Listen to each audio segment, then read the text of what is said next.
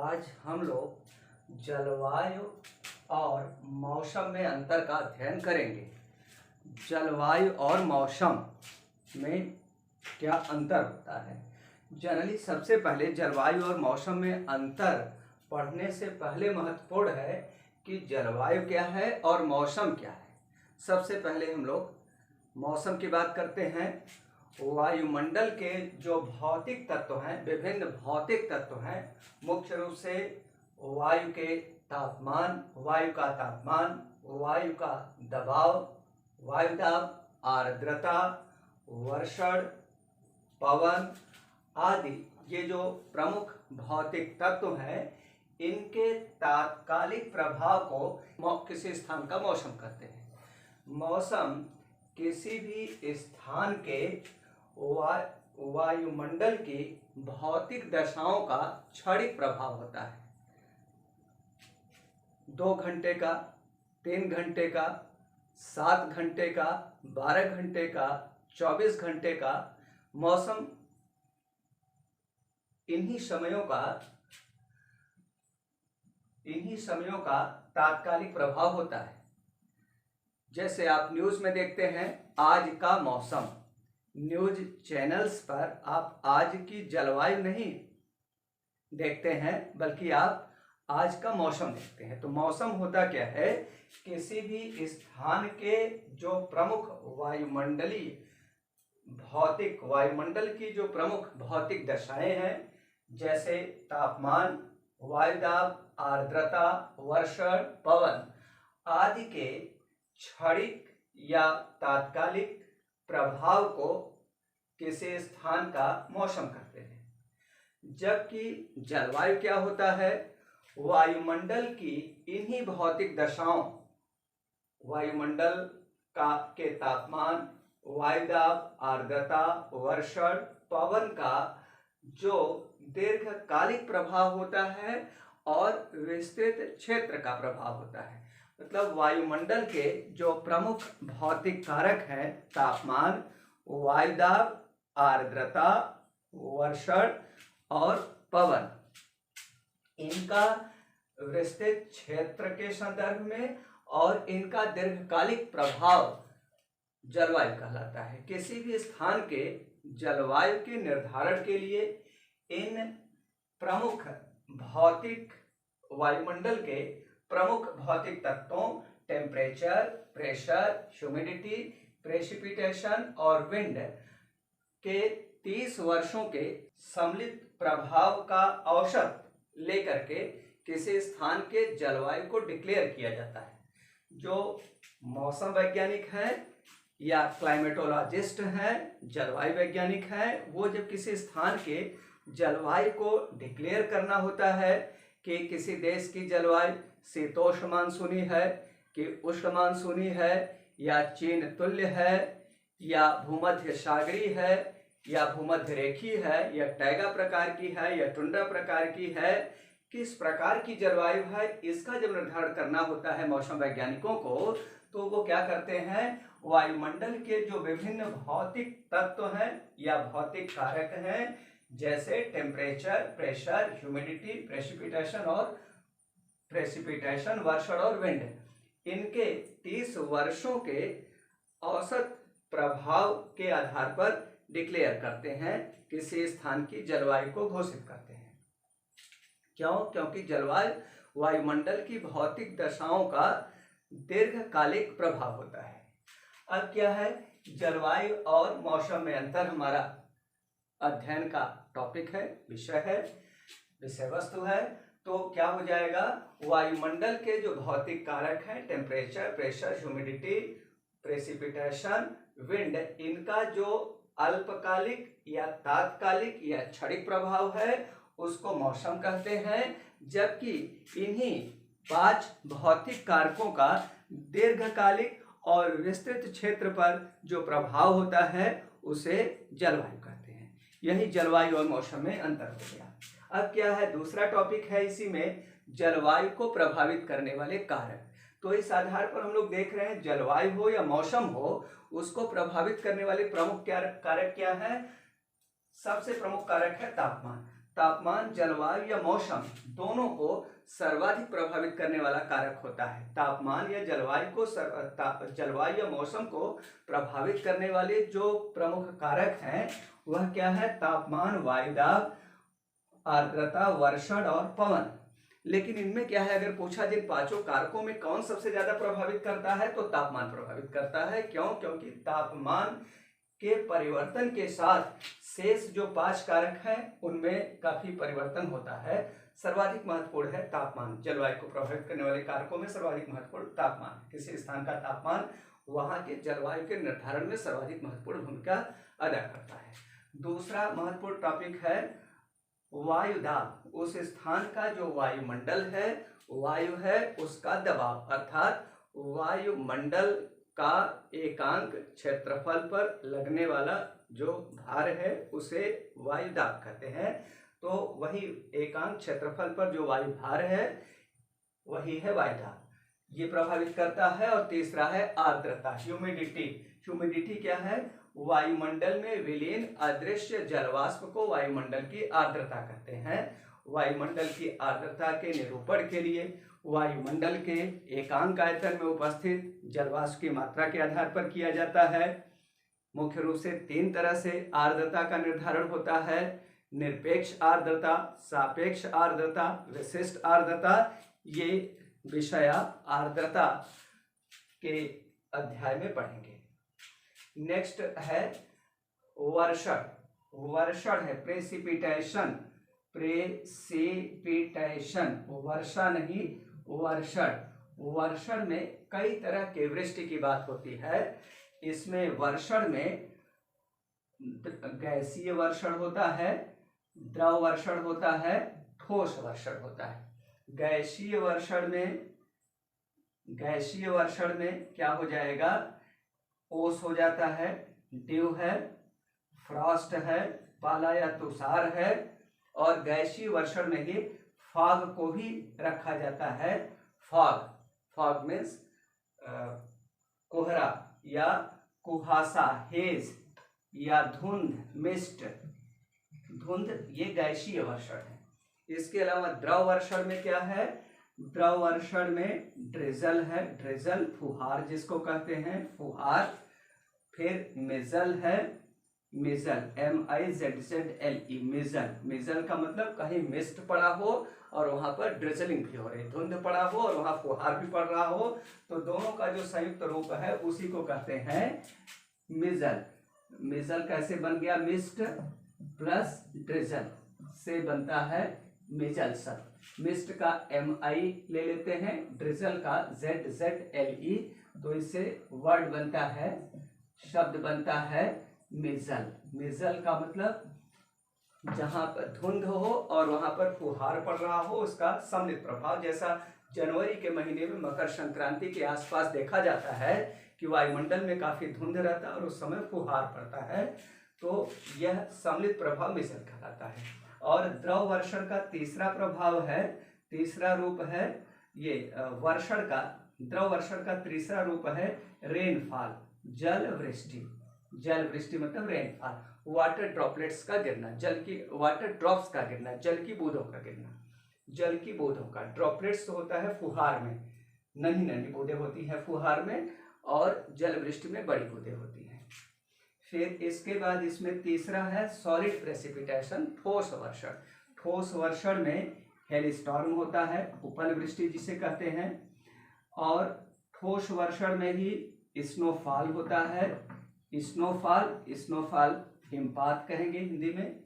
और ठोस वर्षण का तीसरा रूप है स्लीट को हिंदी में कहते हैं सहिम वृष्टि, मतलब वर्षा भी हो रही हो और बिनौले भी गिर रहे हों, उपले भी गिर रहे हों, इनका जो संयुक्त प्रभाव है उसको कहते हैं स्लीट, सहिम वृष्टि। तो वर्षण व्यापक शब्द है, ये भी जलवायु को प्रभावित करने वाला महत्वपूर्ण कारक है। इसी तरह से पवन जलवायु को प्रभावित करने वाला नेक्स्ट महत्वपूर्ण कारक है। किसी स्थान की पवन, विंड क्या होता है? विंड या पवन किसी स्थान पर क्षैतिज दिशा में प्रवाहित वायु को पवन कहते हैं। Horizontal moving air parallel to the earth surface is known as wind. Wind जो होता है एक ऐसी एयर है जो ब्लो करती है किसी स्थान के समानांतर। अब विंड भी कई प्रकार का है, primary wind, secondary winds, tertiary या लोकल विंड्स। तो ये सभी प्रकार के विंड्स, चाहे वो प्राइमरी विंड्स हो, प्राइमरी विंड्स में सनमार्गी पवनें आती हैं, ट्रेड विंड्स सनमार्गी पवनें, प्राइमरी विंड्स में ही वेस्टर्लीज आती हैं, पछुआ पवनें आती हैं, वेस्टर्लीज पछुआ पवनें आती हैं, प्राइमरी विंड्स में ही पोलर विंड्स आती हैं, ध्रुवीय पवनें आती हैं, पोलर विंड्स। और इसी तरह से सेकेंडरी विंड्स हैं। सेकेंडरी विंड्स द्वितीय पवनों में कैटाबैटिक विंड्स है, पर्वतीय शमीर, एनाबैटिक विंड्स है, घाटी शमीर, और क्या है, सी ब्रिजेज है, लैंड ब्रिजेज है, और मानसूनल विंड्स हैं, नॉर्थ वेस्ट मानसून और साउथ ईस्ट मानसून, ये सब सेकेंडरी विंड्स हैं। इसी तरह से तीसरे तरह की पवनें हैं लोकल विंड्स। ये सभी पवनें और इनके प्रवाह की दिशा किसी स्थान के जलवायु और मौसम दोनों को प्रभावित करने वाले कारक होते हैं। मौसम को प्रभावित करने वाले जो कारक होते हैं उनमें लोकल विंड्स ज़्यादा महत्वपूर्ण होता है, लोकल विंड्स। और जलवायु को प्रभावित करने वाले कारकों में जो प्राइमरी और सेकेंडरी विंड्स होते हैं वो ज़्यादा प्रभावित करते हैं। जैसे भारत की जलवायु है वो सबसे ज़्यादा किससे प्रभावित हो रही है, अगर विंड्स में किस तरह की विंड्स से सबसे ज़्यादा प्रभावित हो रही है, तो दक्षिण पश्चिम मानसूनी पवनों से और लौटती हुई मानसूनी पवनों से, या उत्तरी गोलार्ध की ट्रेड विंड से, या उत्तर पूर्वी सनमार्गी पवनों से ज़्यादा प्रभावित होती है भारत की जलवायु। ट्रॉपिकल मानसूनल जो क्लाइमेट है भारत के, उष्णकटिबंधीय मानसूनी जलवायु, वह सर्वाधिक प्रभावित होती है मानसूनी पवनों से। इसलिए भारत की जलवायु को ही हम लोग उष्ण मानसूनी जलवायु कहते हैं। फिर इसके बाद जलवायु को प्रभावित करने वाले कारकों में हम लोग 5 प्रमुख कारक पढ़ लिए, टेम्परेचर, प्रेशर, ह्यूमिडिटी, प्रेसिपिटेशन, वर्षण या वृष्टि, और पवन, ये 5 कारक हो गए। इसके अलावा अन्य कारक भी इससे अप्रत्यक्ष रूप से जो संबद्ध हैं वो भी जलवायु को प्रभावित करने वाले कारकों में गिने जाते हैं। जैसे इनमें हम लोग बात कर सकते हैं स्थिति एवं अक्षांशीय विस्तार।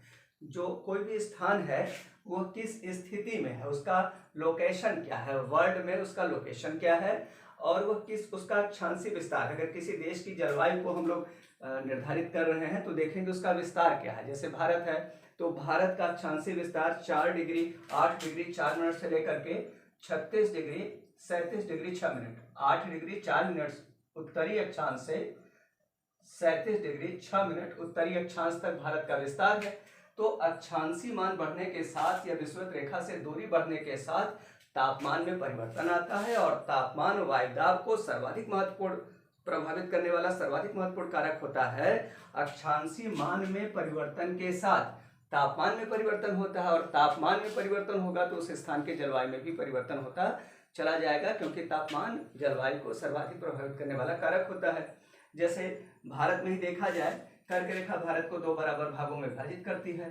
तो भारत का वह भाग जो कर्क रेखा और विषुवत रेखा के मध्य पड़ता है वो उष्णकटिबंध में है, और जो कर्क रेखा से 30 डिग्री तक है वो उपोष्ण जलवायु प्रदेश में है, और 30 डिग्री के उत्तर वाला क्षेत्र शीतोष्ण जलवायु के क्षेत्र में पड़ जाता है। तो अक्षांशीय विस्तार किसी स्थान की जलवायु को प्रभावित करने वाला महत्वपूर्ण कारक है। इसी तरह से समुद्र से दूरी भी किसी स्थान के जलवायु और मौसम दोनों को प्रभावित करता है।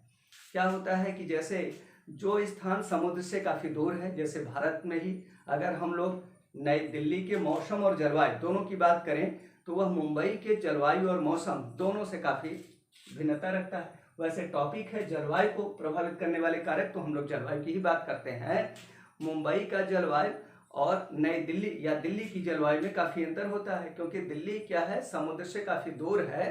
तो दिल्ली में क्या होगा, कॉन्टिनेंटलिटी इफेक्ट होता है। कॉन्टिनेंटलिटी इफेक्ट, महाद्वीपीय प्रभाव, अर्थात गर्मी में खूब अधिक गर्मी पड़ेगी, ठंड में वहाँ पर खूब अधिक ठंड पड़ेगी। जबकि क्या होता है, जैसे मुंबई की बात करें, कोलकाता की बात करें, तो ये समुद्र से नज़दीक होने के कारण यहाँ पर यहाँ पर समुद्र के समकारी प्रभाव के कारण गर्मी के समय का तापमान बहुत ऊंचा नहीं हो पाता और शीत ऋतु के समय का तापमान शीत ऋतु के समय का तापमान बहुत कम नहीं हो पाता। और समकारी प्रभाव के कारण वहाँ के तापांतर है उसमें तापांतर वहाँ का कम होता है और इसलिए वहाँ की जलवायु, मुंबई की जलवायु, कोलकाता की जलवायु जो समुद्र के निकट के प्रदेश हैं उनकी जलवायु जो समुद्र से दूर के प्रदेश हैं जैसे दिल्ली की जलवायु से काफ़ी भिन्न हो जाती है। अब हम स्थलाकृतियों की बात करते हैं। स्थलाकृतिक प्रभाव भी जलवायु को प्रभावित करने वाला महत्वपूर्ण कारक होता है। अगर अक्षांशीय प्रभाव तो प्रभावित करने वाला कारक हुआ, लेकिन जैसे देखा जाए तो भारत का शिमला नगर और चीन का कैंटन नगर दोनों लगभग समान अक्षांश पर अवस्थित हैं, किंतु दोनों के जलवायु में बहुत अंतर है। उसका कारण क्या है कि जो कैंटन है वो तो समुद्र तट पर बसा है, जबकि शिमला क्या है, काफी अधिक ऊंचाई पर बसा हुआ है, पर्वत के ढालों पर, मध्य हिमालय के ढालों पर बसा हुआ है शिमला।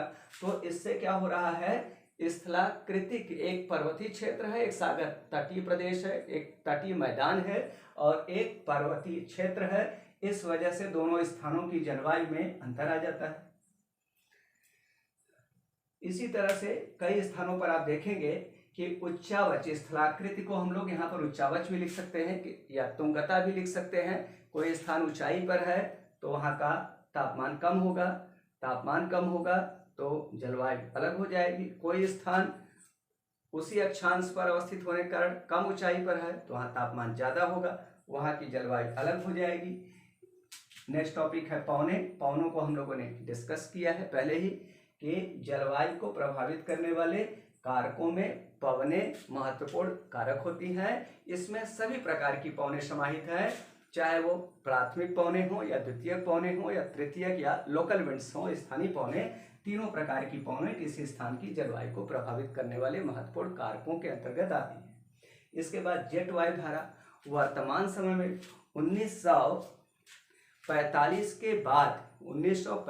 के बाद का जो भूगोल है उसमें जेट वायु धारा का उदय हुआ और यह माना गया है, वर्तमान समय में यह माना गया है कि उष्ण मानसूनी, शीतोष्ण मानसूनी और शीत मानसूनी जैसे जलवायु प्रदेशों की जलवायु को सर्वाधिक प्रभावित करने वाले कारकों में जेट स्ट्रीम का सर्वाधिक महत्व है। जेट स्ट्रीम आप पढ़ेंगे डिटेल में या पहले से भी पढ़े हैं कुछ लोग। जेट स्ट्रीम क्या है, स्थायी पछुआ जेट स्ट्रीम और अस्थायी टेम्पररी पूर्वी जेट स्ट्रीम। तो ये क्या होता है कि क्षोभ मंडल की ऊपरी सीमा पर पश्चिम से पूर्व दिशा की ओर प्रवाहित होने वाली व्हर्लविंड होती हैं, ये लहरनुमा पवनें होती हैं जो जेट एयरक्राफ्ट के समतुल्य वेग से अर्थात अत्यधिक वेग से 100 किलोमीटर या उससे अधिक 100 किलोमीटर पर आवर या उससे अधिक वेग से प्रवाहित होने वाली पवनें होती हैं क्षोभ मंडल की ऊपरी सीमा के निकट। और विश्व के अधिकांश देशों की जलवायु को विशेष रूप से उष्ण मानसूनी, शीतोष्ण मानसूनी, शीत मानसूनी जलवायु को सर्वाधिक प्रभावित करने वाले कारकों में इन्हें रखा जा रहा है वर्तमान समय में, जेट वायु धारा को। नेक्स्ट इसके बाद है चक्रवात। चक्रवात क्या है, चक्रवात भी जलवायु को प्रभावित करने वाले महत्वपूर्ण कारक है चक्रवात भी। इसमें चाहे शीतोष्णकटिबंधीय चक्रवात हो चाहे उष्णकटिबंधीय चक्रवात हो। उष्णकटिबंधीय चक्रवात को अभी आप लोग हमेशा, अभी कौन सा उष्णकटिबंधीय चक्रवात आप लोगों ने नाम सुना है, यास, और इसके ठीक पहले ताउते ना, ताउते और यास, ये दोनों उष्णकटिबंधीय चक्रवात थे। इनके बारे में भी आपने सुना, इनका प्रभाव आपने देखा कि जलवायु को कैसे प्रभावित किया। उस समय वर्षा हुई जब वर्षा नहीं होनी चाहिए थी महाराष्ट्र के अधिकांश भागों में। ताउते से महाराष्ट्र और गुजरात का काफी भाग प्रभावित हुआ और यास से पश्चिम बंगाल, बिहार, पूर्वी उत्तर प्रदेश में काफी अधिक कई दिनों तक वर्षा होती रही है। शीतोष्णकटिबंधीय चक्रवातों का प्रभाव भारत के संदर्भ में अगर आप देखना चाहते होंगे तो आप ये देख सकते हैं कि जो पछुआ जेट स्ट्रीम है जिसे हम लोग वेस्टर्न डिप्रेशन कहते हैं, उसके प्रभाव आप देखते हैं। शीत ऋतु में भारत में चक्रवाती वर्षा होती है। मई 15 दिसंबर से लेकर के पूरे 15 मार्च के दौरान जो शीत ऋतु है उसमें पछुआ विक्षोभ से भारत में वर्षा होती है, और भारत में ही नहीं वर्षा होती बल्कि इससे अफगानिस्तान, पाकिस्तान, भारत और उसके पहले यहाँ पर ईरान, इराक, टर्की, इन सब देशों में वर्षा होती है पश्चिमी तटीय स्ट्रीम के प्रभाव से। इसी तरह से कई प्रकार के शीतोष्ण चक्रवात हैं, वो अलग टॉपिक में आप पढ़ते हैं, वो पूरे विश्व की जलवायु को प्रभावित करते हैं। अलग अलग प्रकार के शीतोष्ण कटिबंधीय चक्रवात विश्व के कई प्रकार की जलवायु को प्रभावित करते हैं। इसके बाद आपने एल नीनो का नाम सुना है, जलवायु को प्रभावित करने वाला एक महत्वपूर्ण कारक है, लेकिन इसका सर्वाधिक प्रभाव पड़ता है दक्षिण एशिया, दक्षिण पूर्व एशिया और पूर्वी अफ्रीका और प्रशांत महासागर का जो पूर्वी तट है, पेरू के तटों के सहारे एल नीनो काफी प्रभावित करता है। जब एल नीनो प्रबल होता है तो उस समय क्या होता है, जब एल नीनो प्रबल होता है तो प्रशांत महासागर के दक्षिण पूर्वी तट के सहारे जो देश हैं, चिली है, पेरू है, वहां पर वर्षा की मात्रा बढ़ जाती है, और दक्षिण एशिया, दक्षिण पूर्व एशिया और पूर्वी अफ्रीका में वर्षा की मात्रा कम हो जाती है। और ला नीना का प्रभाव इसके ठीक विपरीत है। ला नीना जब प्रबल होती है तो दक्षिण एशिया, दक्षिण पूर्व एशिया अर्थात भारत भी दक्षिण एशिया में ही है, भारत में भी, और पूर्वी अफ्रीका में वर्षा की मात्रा बढ़ जाती है ला नीना के प्रबल होने पर। और दक्षिण पूर्वी प्रशांत महासागर जो पेरू और चिली के तट है, वहां पर वर्षा की मात्रा घट जाती है। इनसो मतलब सो हो गया, इनसो मतलब एल नीनो, और सो मतलब सदर्न ऑसिलेशन, दक्षिणी दोलन। दक्षिणी दोलन क्या है, प्रशांत दक्षिण पूर्वी प्रशांत महासागर के तट के सारे सागरी जल स्तर के क्रमिक उत्थान और पतन की घटना कहलाती है दक्षिणी दोलन, सदर्न ऑसिलेशन।